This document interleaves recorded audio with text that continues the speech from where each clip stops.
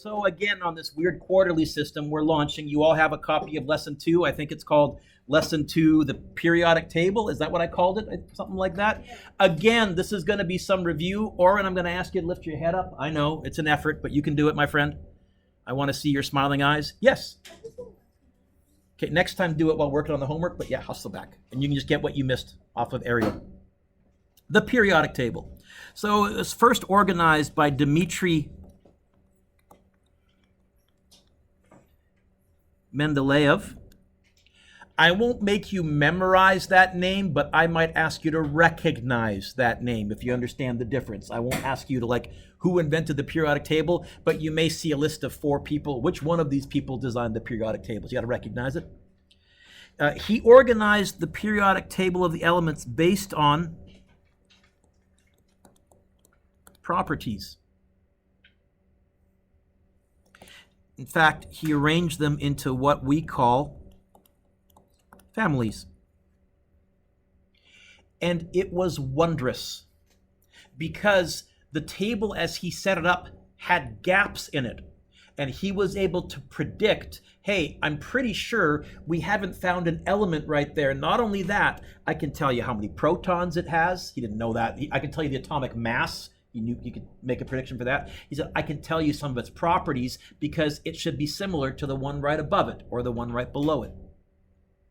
So each element has its own box on the periodic table, and there is a tremendous amount of information on the box. So the first thing we have is the name and symbol.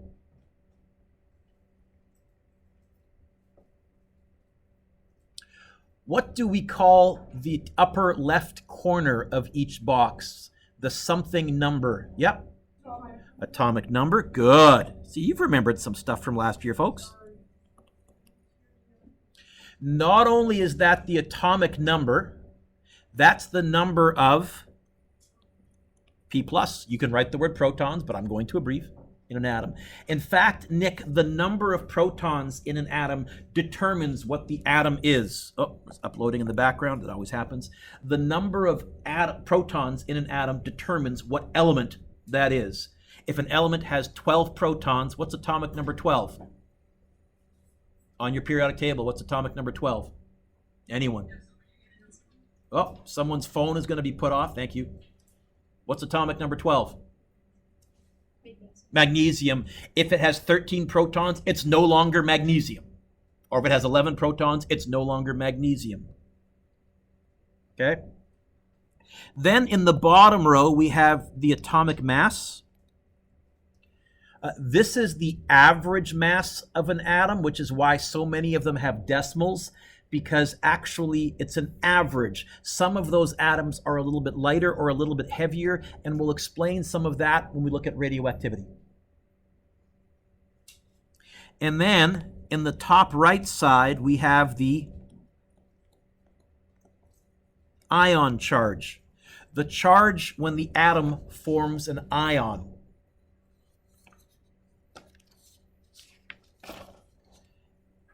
So did I give you calcium just sitting there, a picture of it in your notes or not? I didn't give you a blank one there? Okay. I thought I had. So, atomic number, symbol, name, mass, 40.1 because not every calcium weighs exactly 40. There's a few of them that have an extra neutron, and when you average it out, 40.1.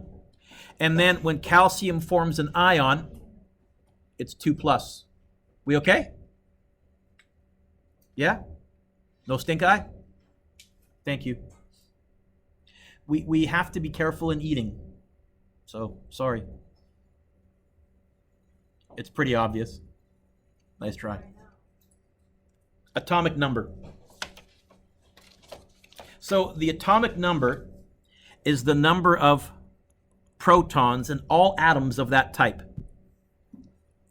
If the number of protons changes, it's a different atom. And if you're asking me, to me, that's one of the key ideas I want you to take out of this first unit, that the number of protons is what determines what element it is.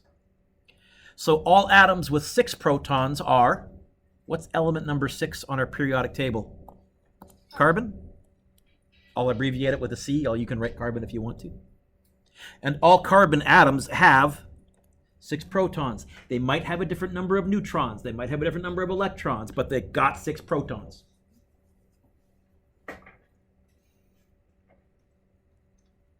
It's always going to be a whole number. You can't have half a proton.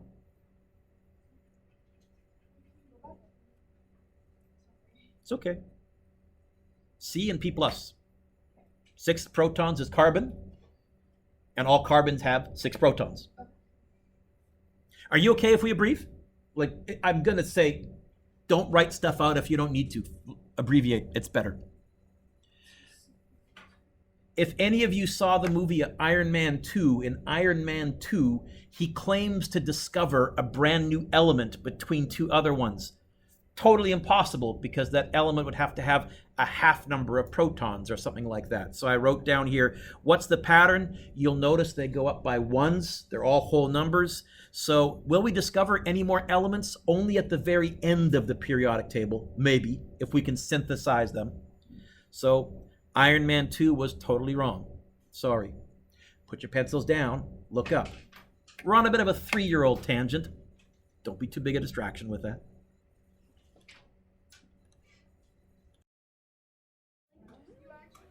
Back to our notes. Pick up your pencil. Kaylin, wake up. Sit up. So let's talk about atomic mass. That's the number in the bottom of each square. So it's the average mass of an atom. I know. The number of protons never changes. So how could the masses of 2 atoms of the same element, phone away, Jaden, if you're looking at it, thank you. You weren't looking. I apologize for falsely accusing you. If the number of protons never changes, how can the mass change? What else contributes to the mass of an atom? Who remembers from this morning? Yeah. Yep. If it has a different number of neutrons, we call that an isotope. So if you've heard the word isotope, that is a different number of neutrons from the ones that most of them have, and some of that leads to radioactivity, which preview of coming attractions. So the atomic mass is the sum of the protons and the neutrons in a nucleus. We ignore the electrons because they have so little mass. Since the number of neutrons can change, the average mass, Aiden, can sometimes be a decimal.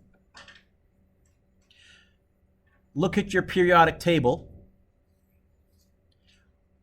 What's the pattern? As the atomic numbers get bigger, what happens to the atomic masses?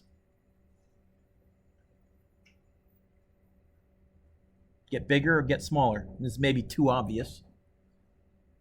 Gets bigger. So if you look at your periodic table, as the atomic numbers get bigger, the atomic masses get bigger as well. So they generally increase. There is one exception. On your periodic table, there is one and only one element that is lighter than the element before it. Who can find it?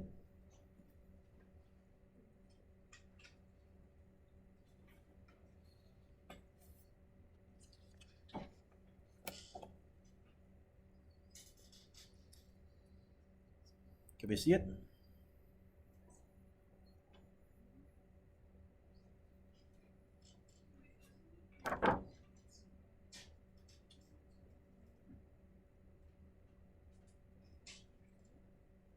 I got to look for it. I can never remember where it is, but there is one where when you move to the right, it's lighter. Which one? What number? 106, 107. Yep. So we have seaborgium at 106 and borium. So seaborgium, that's the one that was named after Glenn Seaborg, who was in charge of the Berkeley lab.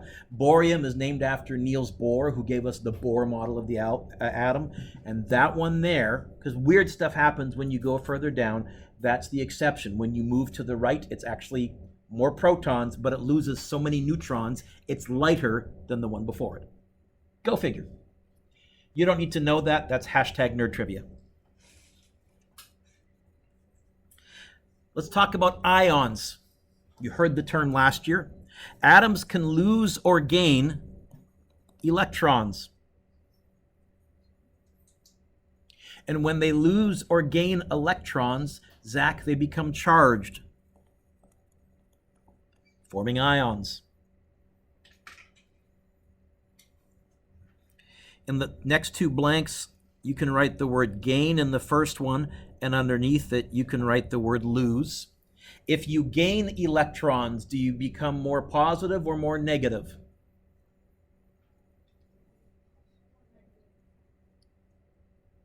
Loud and proud. And this is where Ben Franklin kind of named them backwards. It would be nice if when you gain, you became positive, because gain should mean bigger, not more negative, but we're stuck with it. So when you gain electrons, you become negative.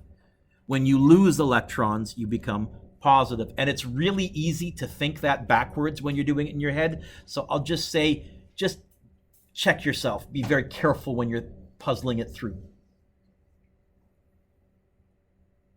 What's the pattern? Look at the metals.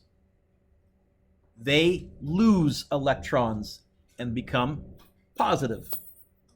The nonmetals gain electrons and become negative. So metals become positive, nonmetals become negative.